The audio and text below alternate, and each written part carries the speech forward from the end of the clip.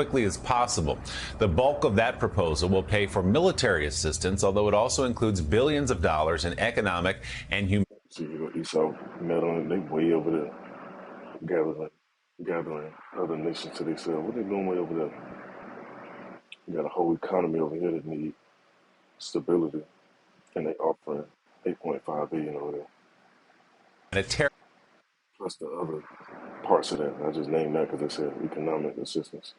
They got humanitarian assistance, military security assistance. Aid.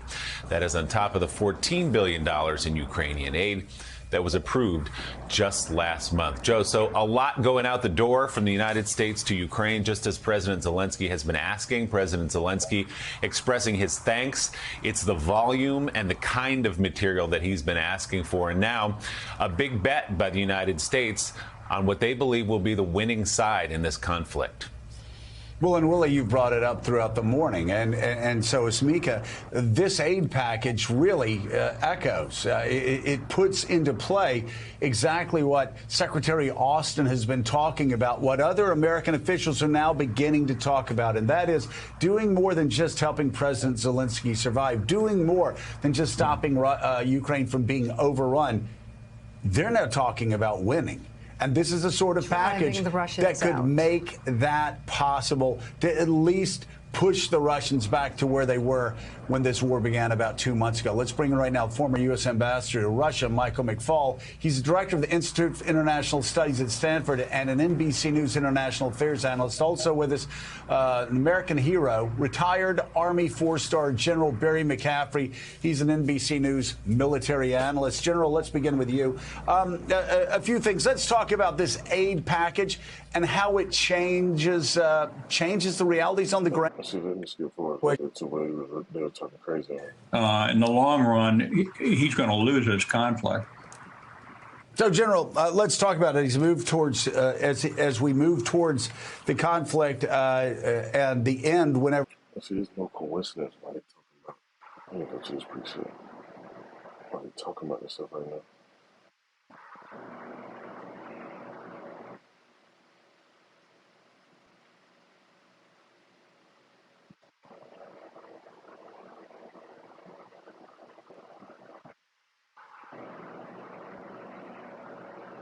See, Ukraine and everything they're gonna need to worry about.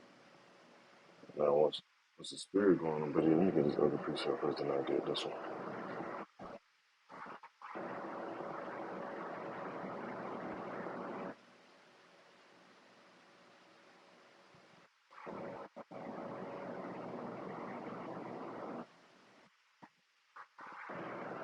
So book of Revelation chapter 16, and I'm gonna go read down from verse 13. It says, and I saw three unclean spirits like frogs come out of the mouth of the dragon, out of the mouth of the beast, and out of the mouth of the false prophet, for they are spirits of devils working miracles, to go forth into the kings of the earth, and of the whole world to gather them to the battle of that great day. of God Almighty. Behold, I come as a thief. Blessed is he that watcheth and keepeth his garments, and see walk naked. They see ashamed. You don't want to be ashamed and not watching and that shit hit the fan and stuff start popping off, because it's going to be a build-up. They already got this shit going on with society. And once different sides start collapsing, then that third war really going to break out. Because normally that's how wars, or woes, as the scripture mentions it, happen. They start off from a financial standpoint, then they escalate. Because once leaders or so-called people that's in power, generals and all that, once families can't get fed, once water distribution gets low, oil distribution gets low, the economy is collapsed. There was another video or something I seen too. I'm going to pull it up in a minute once I get done with this. They're basically talking about another recession. When shit like that happens, and these people are ready to go to war. So simultaneously, the Most High gonna put the spirit on these leaders to want to go to war, because they want to just try to not do deals with each other or do their own side deals with whoever they want to do deals with, but it's not going down like that. God says that he gathered them together into a place called, in Hebrew term, Armageddon. So let me go back real quick where I was at. So there's another precept. It's the book of Jeremiah chapter 50 and verse. Let's see. Verse 25. I wasn't even going to pull this one, but it just stood right out to me. It says, Yahweh hath opened his armory and hath brought forth the weapons of his indignation. For this is the work of the Lord Yahweh of hosts in the land of the Chaldeans. Now, what's his instrument for indignation, his armory?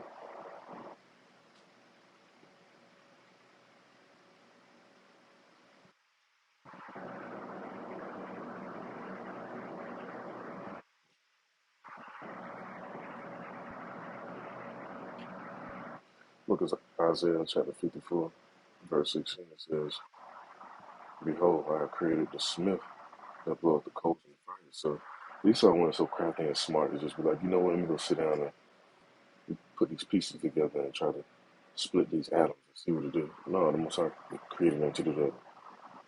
It says, and I bring forth an instrument for his work, and I have created the waster to destroy. So that's why you hear so much about these nukes in the scriptures, right? And you hear it going on in the news. Because in the scriptures, they ain't going to say nuclear war and all that. It's speaking in parabolic terms, old King's English, all the way back to the Hebrew. And you have to really look those words up and see what it's talking about. Because ain't nobody shooting no arrow from damn Russia over here to no America. That's not what it's talking about. No actual bow and arrow. It's talking about the nukes. Whatever that may be.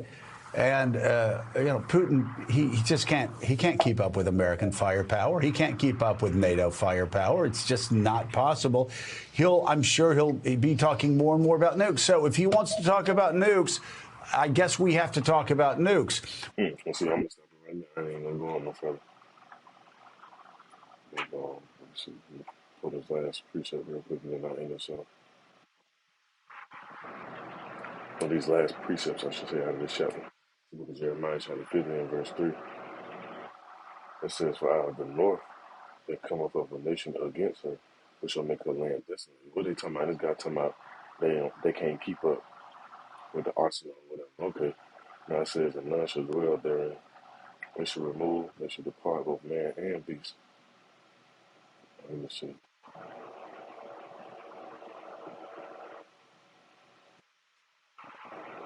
Let me jump down to verse 9. It says, For lo, I will raise and cause to come up against Babylon an assembly of great nations from the north country. Them nations, they don't think of Russia. They ain't all did the check.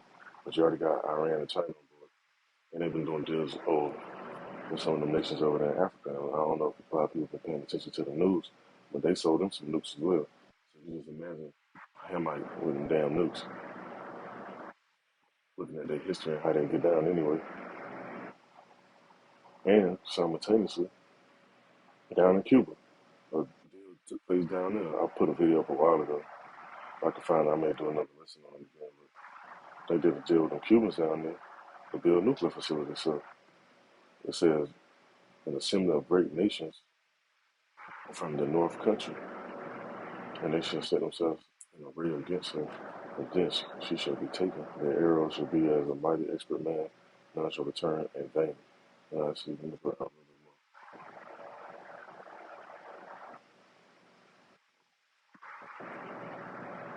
I'm laying this off of these two. Alright, it says, because of the wrath of Yahweh it shall not be inhabited, but it should be wholly desolate. Everyone that goes by Babylon should be astonished and hiss at all the plagues. And this ties into the book of Revelation for those who be like, oh, the New Testament ain't accurate, it's going off. They talk about the same thing.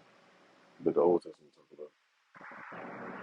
In verse 14 it says, Put yourselves in array against Babylon round about, all you that bend the bow, shoot at her, spare no arrows, so she has sinned against the Lord. And I know I said I was going to end it off with that, but let me get this and think about it. So once that event happened, and this is what it's talking about right here in the book of Revelation, chapter 18, verse 17. It says, For in 1 hour so great riches has come to light, and every shipmaster and all the companies and ships and sailors, and as many as trade by sea, stood afar off. And that's why it says, people gonna hiss at our plagues, because they gonna see it and shake their head and whatever they gonna do. Damn, like, who we gonna trade with? Who we gonna import our goods to? To the U.S.? No, who we gonna export our goods to, so to speak? The U.S. take import from these other nations that bring all their goods over here. And that's how they make money. And that's why when you read this, it says, let me go on a little bit further.